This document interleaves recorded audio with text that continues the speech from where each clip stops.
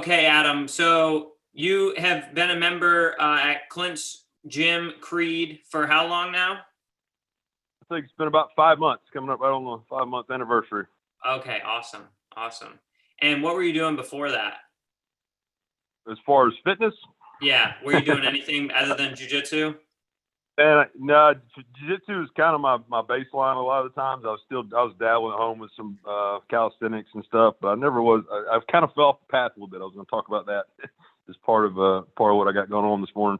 Okay, well I won't hold you up. We know you're a black belt in jujitsu, so that's like instant decade credibility of hard work. So we're excited to hear what you've got for us, and I'm gonna let you just take it away. And then if people have follow up questions, they're gonna slide in this chat, or if I can interrupt you, we'll do that. And then at the end, people can unmute and ask questions if they want. So the floor is yours, my Awesome. friend.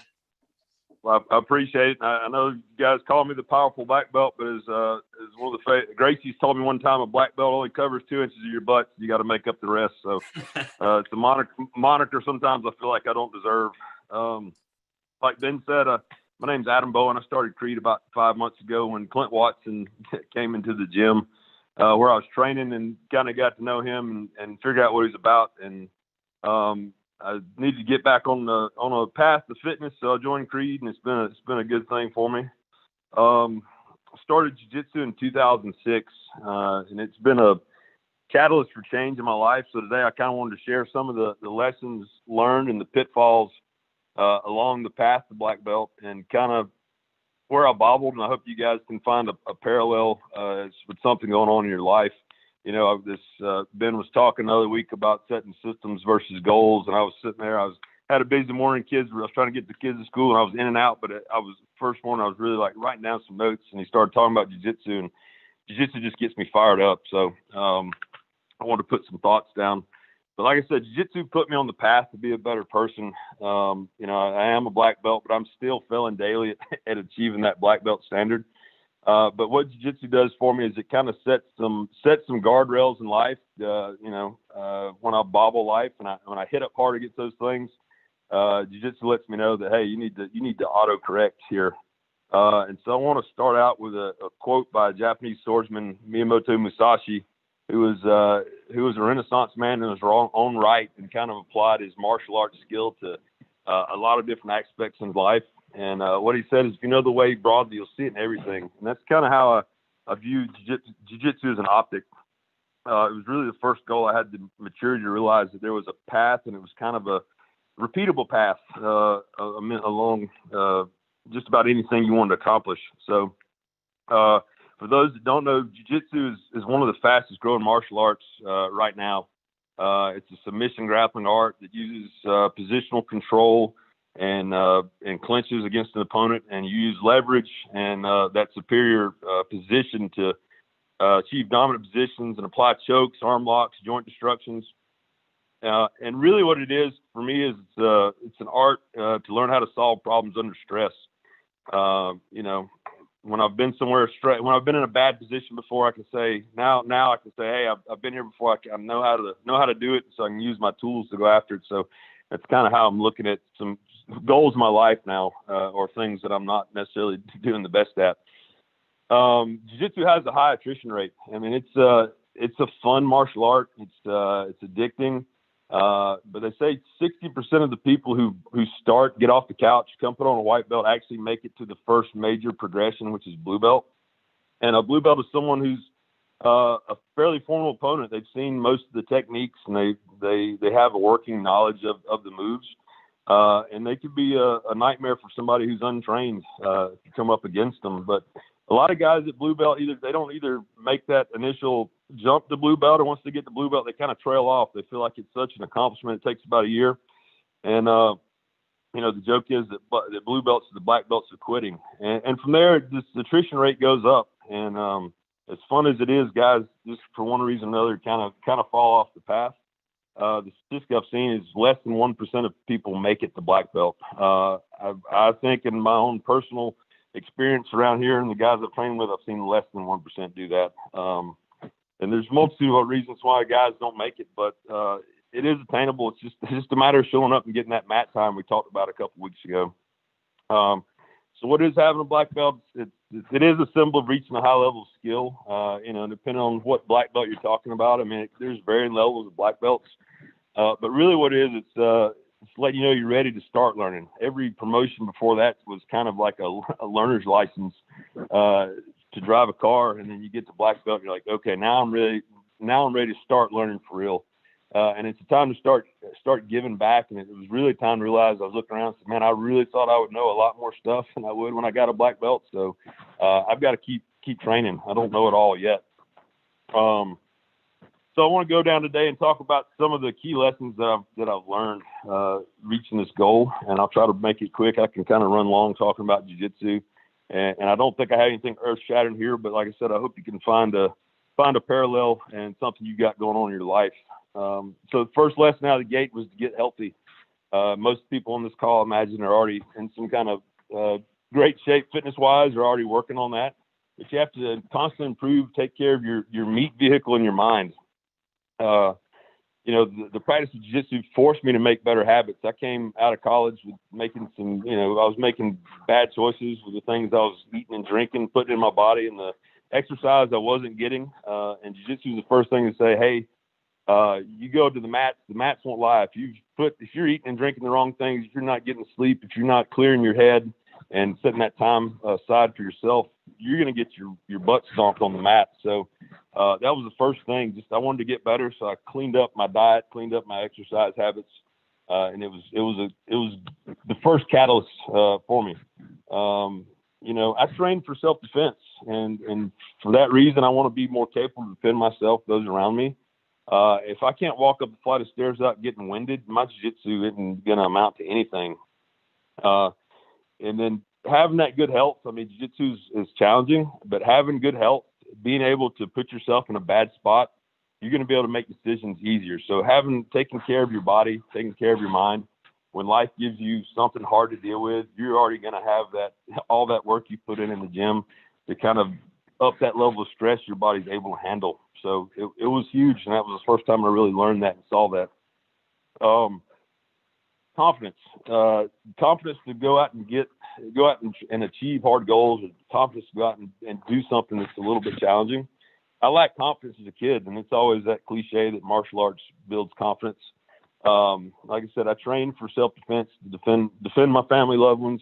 And the best way to do that, and my goal with any of my martial arts training, is to never have to use it in altercation. So, that confidence allowed me to, like Jordan Peterson says, stand tall with your shoulders back. Look like somebody that's not to be messed with.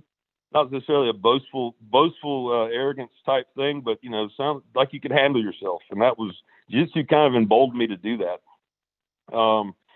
That itself comes with some pitfalls. So the fragility of a fighter's ego, they kind of have to walk a line between being overly confident and not confident enough. So that ego is something you kind of always have to manage. And that's probably one of the things that holds guys back the most when they start training, especially big, strong guys. They hate to tap. And, if you've got a goal and you're going out trying to achieve that, just know it's okay to fail a little bit at that. And that tap is a bit of a failure. So if somebody gets you in a submission hold, got your arm pinned behind your back, the easiest way to get out of training is 3 solid taps. Tap out. That means, hey, you got me. Let's start again. And, I tell guys when they're training, it's okay to tap. I hope you fail 1,000 times in training because you're only going to get better. So fail fast, but don't fail fatally. I wish I had a tally board for every time I've had to tap out, and I would add 10,000 times to that. And having that healthy relationship with failure lets you reverse engineer solutions to problems. If you're just constantly avoiding that struggle and avoiding that tap, it's going to hold you back from growing in this case in jiu-jitsu, but also in life. Having a worthy goal to go out and stretch yourself is key. And then the other thing there's, to say in jiu-jitsu, we're building a toolbox. So we're giving you tools to go out and build your own little custom toolbox to solve jiu-jitsu problems. When big guys come in, the only tool they have in the toolbox is a hammer. And the strong guys can just smash their way out of moves. They can smash their way through moves, and it works for them to a point. until someone comes along with a better toolbox and it just dismantles them. So, take losses as lessons and learn from your mistakes. It's okay. With losses comes a need to persevere. I failed my way to black belt, and I've failed hard, and I've struggled, and I've had to climb on and off the path. But the biggest thing is to manage expectations. I was like, I think Ben said it takes an average of 10 years. I made it in 12. I've heard of guys making it in 8.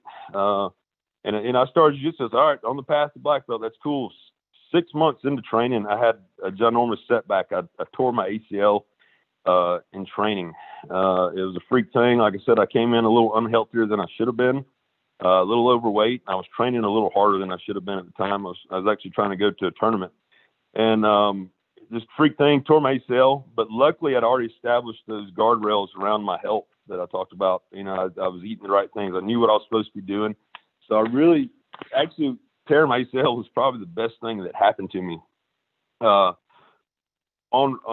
my journey to black belt, because it really made me pinpoint focus on what I could take care of. And I did. I kept training. I kept getting time under tension, like we spoke about, and that mat time that's so key to learning. That's the best way to learn jiu-jitsu.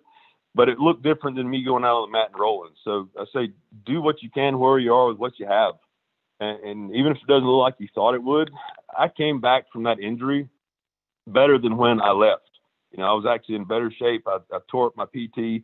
I was studying books. I was taking notes. I was watching classes. So, even those setbacks, if you can persevere through them, you're going to come out better on the other end. Just keep training.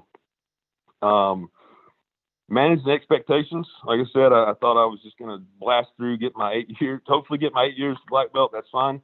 But, manage the expectation is a healthy, is a way to set healthy goals. I would say make goals smart, specific, measurable, attainable, realistic, and timely. Realistic is key there. I had a incident about 5-6 months ago where I went and trained. There's a guy I follow on social media. He's a former UFC fighter, 3-stripe black belt, and an Army Special Forces guy. And he had a gym at this town I was going to for work, and I was like, man, it'd just be great if I could just dive in there and just check out the room. It always looked to have such great energy. Just to step on the mats where he trains would be awesome. Found myself there. Lo and behold, he was teaching class, and I was like, oh, this is great. Just standing there in awe. And it came time for open mat time, and I was like, okay, I'm going to show him. Not necessarily I'm not going to beat him, but I'm going to show him how well I can defend. And there was none of that. I had the expectation I was going to go in there and be able to defend, give him problems. And it was awesome training session, but I had a long introspective flight home, and really it reminded me, hey, be realistic. This guy does it for a living. You're doing this as a hobby. You still got a long way to learn. So, I said it was 5 months ago. That's about when I joined Creed. That's when I smashed into to a guardrail, and I knew I had to get back on my path to get in shape so I could be that better black belt and keep learning. Managing expectations. Again, ego is a huge thing. I want to tell you 2 stories of 2 different attitudes I've seen on the mat. And I've seen this manifest itself in a multitude of ways. The first one was I had a black belt come in for the different martial arts style. He kind of had a chip on his shoulder. Thought he was gonna kind of jump right in and be on the upper echelon of things. And we paired him up the first day with a female instructor, and she was being nice to him, but she was getting the better of him, and he kind of got an attitude, got huffy, and got a little rough with her. So she in turn did the same thing for him and roughed him up, kind of dusted him up, and it went on and on. And finally the guy got his stuff, threw it in his bag, and just kind of stormed out the door. I mean, his ego couldn't handle that, didn't realize there was something there to learn. And I never saw that guy again. I doubt he ever probably stepped foot on a jiu-jitsu mat again. But I had another guy, 260 pounds, 6'6", sheriff's deputy, got choked completely unconscious by a 16-year-old kid that weighed 110 pounds soaking wet, to the point where we had to physically remove Big Steve off of our little buddy so that he could get out from underneath him. And when Big Steve woke up, instead of, huffing, puffing, Big Steve said, man, that was awesome. This stuff works. Big Steve kept coming back to class, and Big Steve got better. So, manage your expectations and have a healthy ego. And then here, once I started moving up through through the ranks there, one of my requirements was I had to actually start teaching some classes. Teaching is the best way to solidify what you know, or what you thought you knew, and kind of highlight what you thought you knew or what you don't know. It'll identify your weaknesses like nothing else. There's nothing like standing in front of a bunch of guys trying to explain a move and realize that, hey, I'm missing a piece here, and have to go back and find it. We say jiu-jitsu is an individual team sport. You know, you do it by yourself, but you need a team around you of people willing to train with you and give you that resistance. And so you want to make better training partners around you to elevate their place in life. And when they get better, you get better. You know, everybody wants to keep secrets in jiu-jitsu. I know some instructors like to keep secrets. I don't keep secrets. In fact, since Clint's not here this morning, you guys hit me up. I'll give you the secret Clint choke. I give them away. Just everybody go attack Clint. But you know, make your training partners and the partners around you better. Elevate them, and it's going to make you better, and it's going to make you a better practitioner. You know, I always hear about that full cup never can get filled. Empty it out on everybody around you. If you're out there learning, working toward a goal, learning new skills, give those lessons away to anybody that's willing to listen and ready for them. One of the hardest problems I had that I failed miserably at, and I wish I'd heard Ben speak on the systems versus goals a couple of weeks ago before I started jiu-jitsu. I kind of fumbled my way into this, but I kind of learned to live life in seasons. There's times to reap and sow, and I did kind of stumble into that like systematic approach. I ended up having a goal of training 3 times a week, kind of when I was settling in. But I also had other goals. So one of my goals was to own my own business in the construction industry. And I bought into that in 2009. The reason I was able to do so was that there was a recession on. I had some friends getting out of a business. I got in, took their place. It was a great thing. It was an awesome goal. But 2009, there wasn't a lot of work going on. So jiu-jitsu, that was a time for my jiu-jitsu path that I could go and I could train a lot. You know, I could throw my bag in the truck and go at lunch, train for an hour and a half, instead of beating my head against the desk trying to figure out what I was going to do and what I'd got myself into. I had that outlet. Fast forward 11 years, my business has grown substantially. I'm very blessed, and it's kind of taken back. I don't get to go to lunch anymore as much as I used to and train because I've got to focus on some other things. So I kind of would have baselines in all areas of my life to make sure all my goals I was working on, but I never would fall below those thresholds, or at least I'd never try to. You know, working toward goals is something to do in moderation. Jiu-jitsu is a very addicting thing, and guys can get carried away with it, but it's a marathon and not a sprint, like Coach Clint likes to say.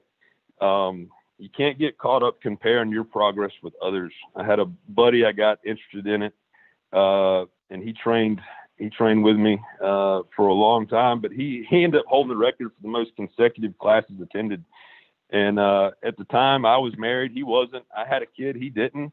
And there was a time where I was walking out the door. My wife's like, "Where are you going?" I was like, "I'm going to class because Andy's going to class." She's like, "Well, I need some time out with the kid. I've been here all day. You know, I really could use a break." And I had to really stop and process that because I was, you know, that gaining kids as I moved along, my life changing. I had to make sure that I wasn't trying to keep up with somebody else that wasn't walking my path. So, like I said, my wife's a very, very patient and kind woman, understanding. She's let me train. She's sacrificed birthdays, anniversary, and me training at odd times for having a young family. And, you know, I would take advantage of that from time to time. And I kind of had to come back to realize that wasn't going to be sustainable. And I didn't do a good job of setting the benchmark there. I think the last push toward black belt last year, I really kind of took advantage of that. And I was really close to the end, and I was like, man, it's going to be great to be on top of the mountain with the black belt. But I had said, you know, it's not going to be any fun to be there alone. So make sure you're not sacrificing things that are important. Be sure to set those priorities and those systems in place. You know, that's, I fell my way to the top of this thing, and I still got a long way to go. You know, after I got done talking about setting these seasons and all, I did bobble it a little bit. Like I said, part of it was that flight home from Texas when I was kind of questioning how much work I had left to do. So, you know, set new priorities, set new goals, set them early. I set the priority to join a creed and get back on the mats. Ben said it a few weeks ago that he didn't want to be the black belt that used to kind of train and it was fun. I'd kind of entered into that mode, and that's not a good person to be. I didn't like that person. I had to refocus, and like I said, I crashed hard in that guardrail, and I was in a maintenance mode. So, keep checking on those goals and setting a new mission for yourself to keep it interesting, to keep yourself fired up. Right now, I'm fortunate I've got the opportunity to start a jiu-jitsu program over in the next county over. So I'm sharing that with guys. It's kind of my new mission. Get back in shape, and I'm starting to focus on my technique and learning new technique and making sure I'm staying sharp. Just it's been great. Just like bouncing off those gutters, keeping out of the gutters, bouncing off the guardrails, and I've bounced off of them hard. So I hope you can find a parallel in your life with your goals. I hope you guys have the courage or have the want to pick up a gi and train. It's a fun way to spend some time and get some new friends and gain some new skills. Y'all ever interested, hit me up. I'll be glad to get you started on the way. Like I said, I use jiu-jitsu as a metaphor and an optic for life. I mean, goals is hard, jiu-jitsu is hard, self-improvement is hard. So I keep a quote from another warrior from this century, and it reminds me why I've trained so hard and why I train so hard. And it's Hickson Gracie. You guys don't know him. He's a famous jiu-jitsu guy. Look him up. It's an awesome YouTube rabbit hole. But he says this. He says, where there's discomfort, there's fear. And in these tough positions, you're in a little piece of hell. And through this daily suffering, you learn to survive in these situations. You have to find comfort in uncomfortable situations. You have to be able to live your worst nightmare. Jiu-jitsu puts you completely in the moment where you must have complete focus on finding a solution to the problem. And this trains the mind to build that focus, to increase your awareness, your capacity to solve problems. Sometimes you don't have to win, you cannot win, but it has nothing to do with losing. So I challenge you guys, go out there, keep training, keep trying, keep winning, keep tapping out, and just keep getting better. And I appreciate you guys listening to me ramble on this morning. Hey, Adam, that was awesome. Thank you so much. I've got 2 pages of notes. I couldn't really get it all written down, but man, there's some, as Jesse said here in the chat section, there's so much gold in here. It's unreal. Fire tested heaters, no doubt. I couldn't agree more. It's always cool to hear from someone that has the physical manifestation of success, whether that's, a successful business or, they're in great shape or, they won fall brawl or they have a black belt. You just know that person put in work, and maybe it was really focused. Like you said, it can get away from people on jiu-jitsu, it can become a little addicting. But either way, if you put a lot of focus into one thing for a sustained amount of time, it's pretty cool to be able to hear what someone learned from that. I want to ask you, since you've been back on the workout train for the last 5-6 months here, what benefits have you seen in your life that aren't just on the mats or physical? Where have you seen, you as a person have kind of, started to change and grow? Yeah, I mean, anytime you can go in there and start putting weight on the barbell and getting stronger, I mean, it's like being around the people like you guys on this call. It's so great to kind of cap off my week. It's just put me back in the mind frame of seeking improvement. I'd kind of gotten happy or just satisfied with where I was at in life, and I forgot there was something out there I should be working toward more. When I'm in full gear doing that, getting in shape, I have to make sure my schedule's in line. I have to make sure that my family's taken care of. I really have to make sure my I's are dotted and T's are crossed, because it's a time management thing at that point. So that's keeping myself busy just helps me get more done and gives me more clarity through the day. So that's been the greatest thing I've had back. So that's awesome. Now, we have a few people that train in this group and maybe some people that don't train that would be interested in it. What would you say to the people that don't train yet? How would you encourage them? If they're maybe dealing with some doubts, time, maybe they feel like they're too old or too busy, or I've seen a lot of reasons, great reasons to not train. What would you say to them? I'd say, what are you waiting for? It's awesome. I mean, it is so much fun. I have a hard time talking people into coming to train. I've talked one guy into coming, and that actually stuck with it. And he and I got our black belts together. I mean, I talked to everybody about it, but find a good gym. I mean, if you're worried about injuries or your health or whatever, or your fitness level, find a good gym that's got a great mix of people. I mean, I step on the mats, and I went to class last night. I had a 12-year-old kid. I had a business owner. I had a fireman. I had a police officer. I had a guy that's trying to get his fitness back together. I mean, it's just kind of like, oh, I'm the big rolly guy. Like, it's for everybody on the mat. So just come try it out. It's awesome. So awesome. Hey, I think we got a question here from Jesse Pilkington. I think he's going to hop on and ask you the question directly. Sure. Hey, thanks. First off, thanks for your time this morning, man. Just pretty obvious from what you're saying that these are lessons you've paid for and have failed forward, so to speak. And so just really appreciate. I was like Benjamin over here. I'm just like, how fast can I write the stuff down? So anyways, really good stuff. I did hear you mention in there that you're talking about how you followed a guy who was just had come from a successful background. Who are some of your favorite follows on Instagram, or people or places or organizations that you feel like just pump out stuff that is solid, or you like to look at, or it challenge you? Or are there any accounts that you follow that you feel like just put out heaters? Yeah. So any of the main Gracie Academy out in Torrance, California, those guys, they've got the right mindset. I mean, there's different ways to train jiu-jitsu, and there's different approaches to it. I train for longevity. I mean, it is, they say it's a gentle art, but it can get taxing on the body. So, we train for longevity. Those guys do it right. And they have the right mindset. They make it for everybody. Who else? I love being on this call because I knew I was in the right place. Everybody listens to Jocko Willink, or Clint talks a lot about Jocko Willink. His stuff. He's got a little podcast where they talk about jiu-jitsu a little bit. Him and Dean Lister, they're great. And then there's a handful of other black belts, but really I'm going out looking for the guys that have the little secret details that not necessarily some big flashy move, but I'm starting to drill down into the minutia and somebody that's really thinking about it on a cerebral level. So those are some guys I can call right off the top of my head.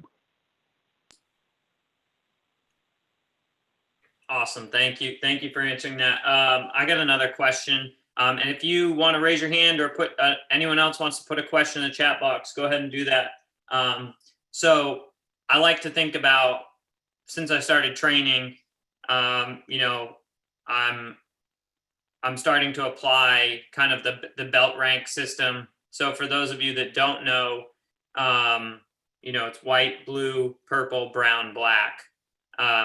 So I've started to apply that, what areas in life am I, maybe a brown belt? What areas of life am I a blue belt? And what areas of life I haven't even put the belt on yet. I'm a fresh white belt. What are some areas, Adam, that you're kind of, maybe other areas where you're like, yeah, I'm a black belt in this and I crush that. And then maybe areas where you're like, dude, I'm a white belt and I'm awful at this, but I'm getting on the mats consistently, trying to work on it. I wore the white belt this morning at the gym when Clint and them wrote out some kind of long, crazy workout, and I was not feeling it this morning. So I'm definitely putting on the white belt there again. Even I still have a hard time tying the black belt around me. I don't feel like I've earned it to a point. Even in my work, I kind of some of the things I do, like, man, I'm a solid purple belt. And then I look around and I'm always looking at other guys, how they're doing things. Like, man, that guy's got something figured out there. Let me go dig into what he's got. You know, being a father, I've got a 10-year-old. I'm always trying to be a better parent because, you know, these guys are counting on me. And, you know, I don't think I'm anywhere close to even a brown belt or a purple belt there yet. So, and same for my wife. You know, I could always be a better husband. She's so gracious and given for time for me to accomplish this goal. You know, I could do a ton more work with my family and in my business. Sweet. Thanks for that. And you mentioned systems versus goals. What are some goals that you have right now with jiu-jitsu? What are some goals that you have with other things, fitness, business, family?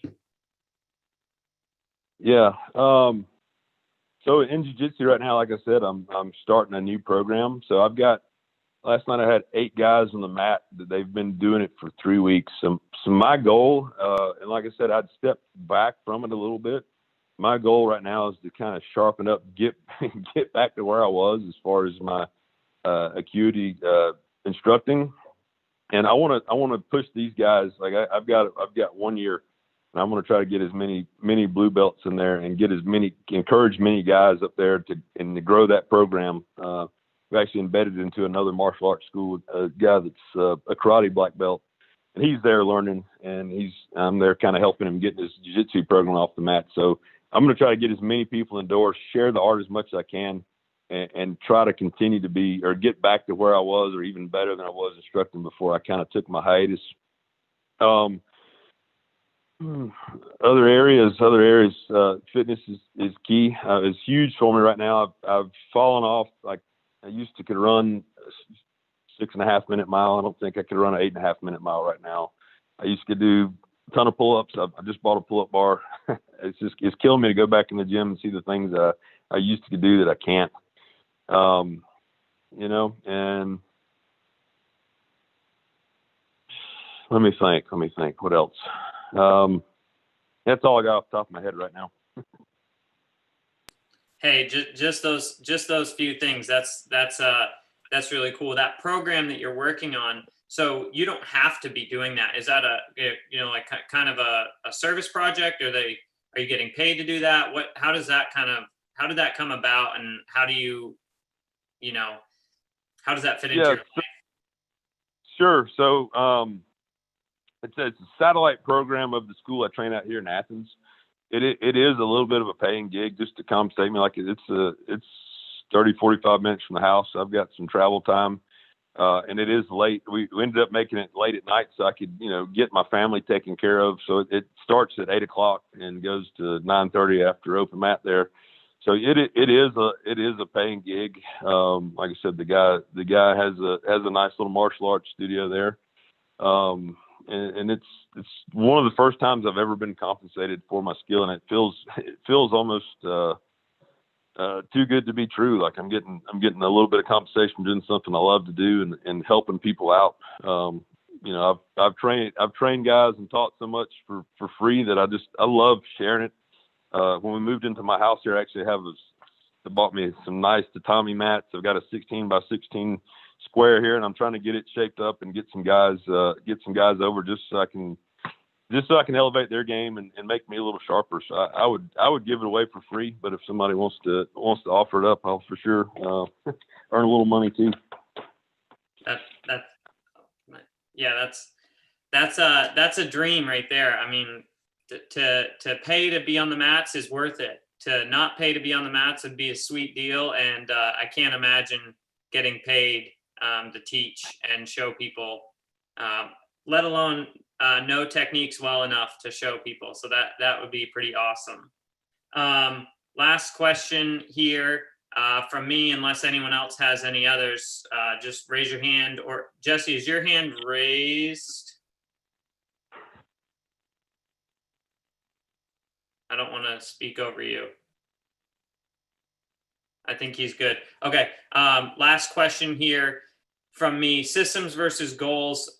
When it comes to jujitsu, so we got some people that don't train. We got a couple of white belts. We got blue belt. Anyone else that's listening, maybe they're purple belt or brown belt there. What would you say is like a great way to apply systems versus goals to jujitsu? And how can that help you on your journey to black belt and then black belt beyond? Right. So, and I think you hit the nail on the head a few weeks ago. It shouldn't be about the rank. It's about getting in there and getting on the mat. If you've got the goal to make it there, the belt's going to happen. That's what I like to say. I showed up one day. We kind of had a traditional system where we line up in rank, and I started at the very back of the line. And the more I kept showing up, and guys would fall off the wagon, so to speak, I'd move up and I would achieve rank a little higher, and I would start moving to the front of the line. One day I turned around, I was at the front of the line, and I don't feel like I didn't do anything special or different. I just kept showing up, and that's the number one thing to do to improve your jiu-jitsu, to improve anything is, like I said, just show up to the gym, do the workout, show up on the mats, get the time on the mats there.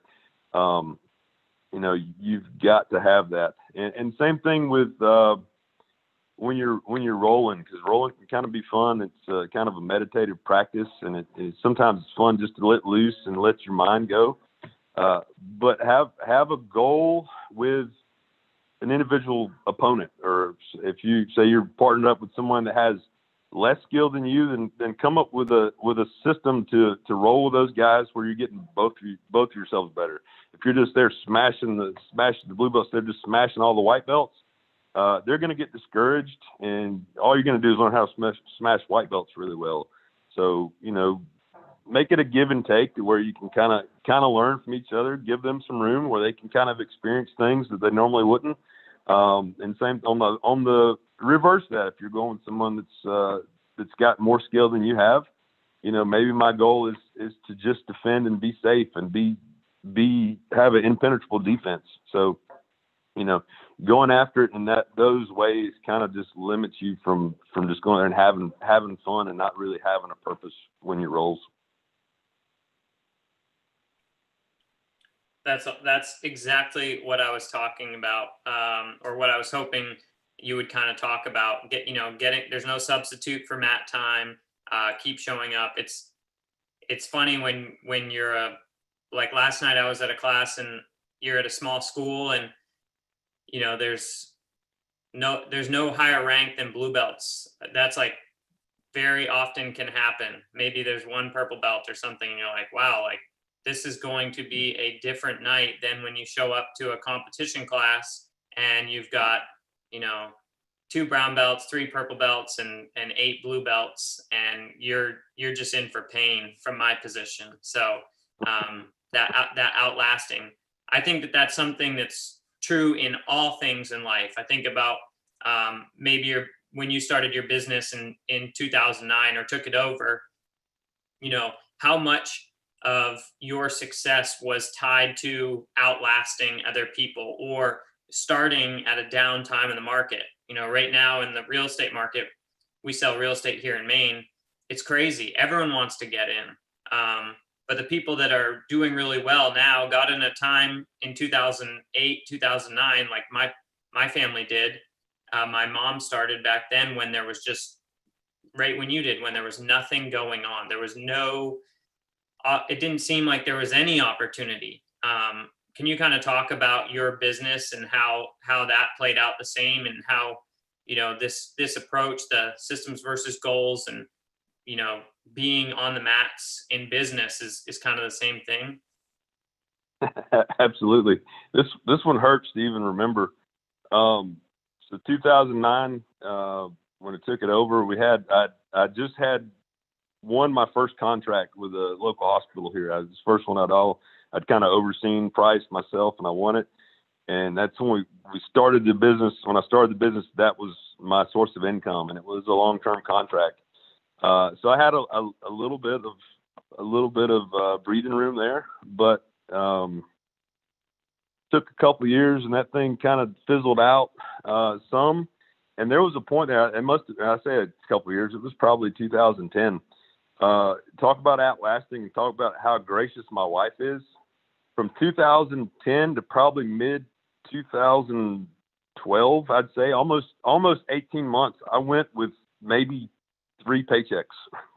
And we hunkered down, we budgeted. I knew this is what I want to do. I knew I could handle it, given the opportunities if I kept working on it. And luckily my wife did not divorce me. She was very, very, trusting, and, gave me enough leeway to go out and chase my dreams. And, like I said, if it hadn't been for that, if I hadn't been for outlasting that, I would have been either working for someone else or I'd been in a completely different field ever. But I had to get through that first little hump of knowing what I didn't know to get to where I'm at today. So absolutely.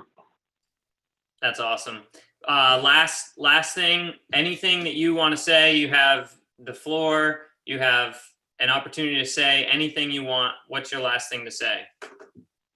You guys come train jiu-jitsu with me. That's all I ask. If you're in town, hit me up. I know Clint was talking about, he knew some guys that want to train.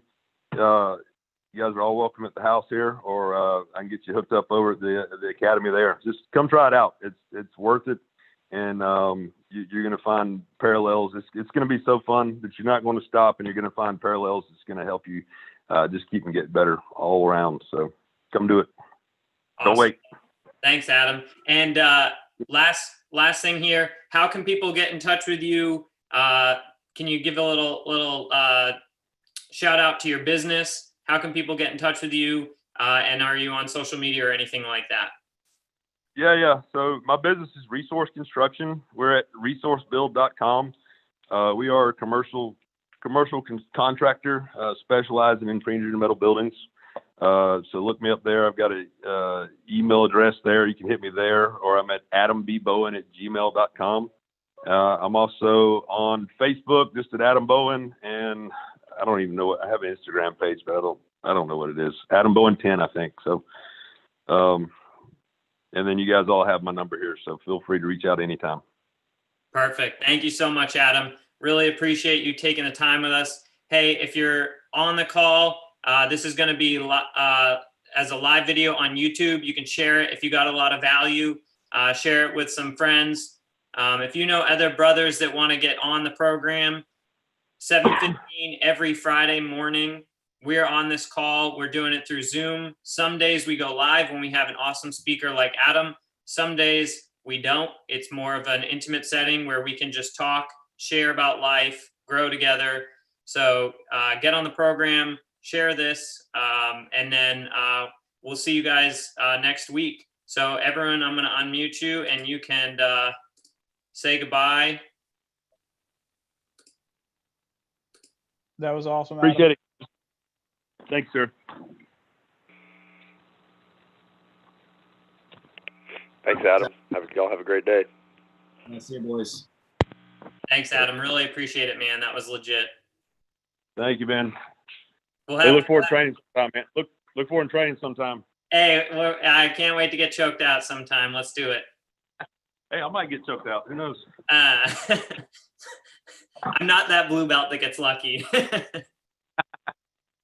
All right, Awesome, man. brother. You have a great day. You too, man. Yeah. Bye-bye.